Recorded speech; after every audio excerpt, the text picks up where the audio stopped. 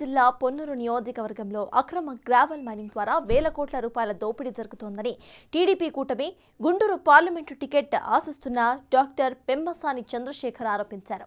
పొన్నూరు నియోజకవర్గంలో ఎమ్మెల్యే కిలారి వెంకట రోసయ్య అక్రమార్జన 2,540 కోట్ల రూపాయలు ఉంటుందని ఆయన పేర్కొన్నారు. గ్రావెల్ అక్రమ మైనింగ్ ద్వారానే ఎమ్మెల్యే 2,100 కోట్లు దోచుకున్నారని డాక్టర్ పెమ్మసాని ఆరోపించారు.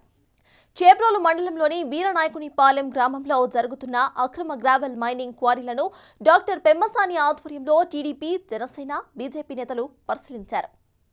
ఎమ్మెల్యే కిలారి 700 ఎకరాల పంట పొలాలను నిర్వీర్యం చేసి అడ్డగోలుగా దోచుకున్నారని డాక్టర్ పెమ్మసాని విమర్శించారు. పర్యావరణానికి విఘాతం కలిగిస్తున్నారని తెలిపారాయన. భూగర్భ జలాలను నాశనం చేశారని అన్నారు.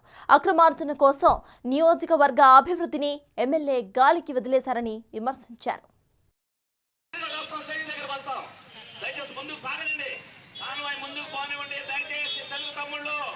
జన సైనికులు అందరూ కొంచెం ముందుకు సాగనివ్వండి, కాన్వాయ్ సాగనివ్వండి.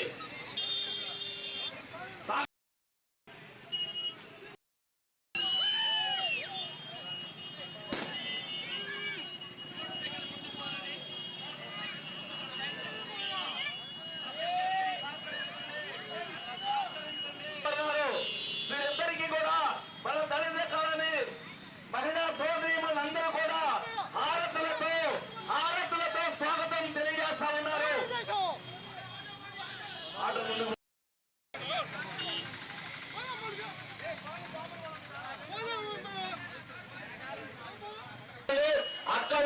అక్కలు మంగళ హారతులతో స్వాగతం తెలియజేస్తా ఉన్నారు. వారికి ధన్యవాదాలు తెలియజేసుకుంటూ ఉన్నాము.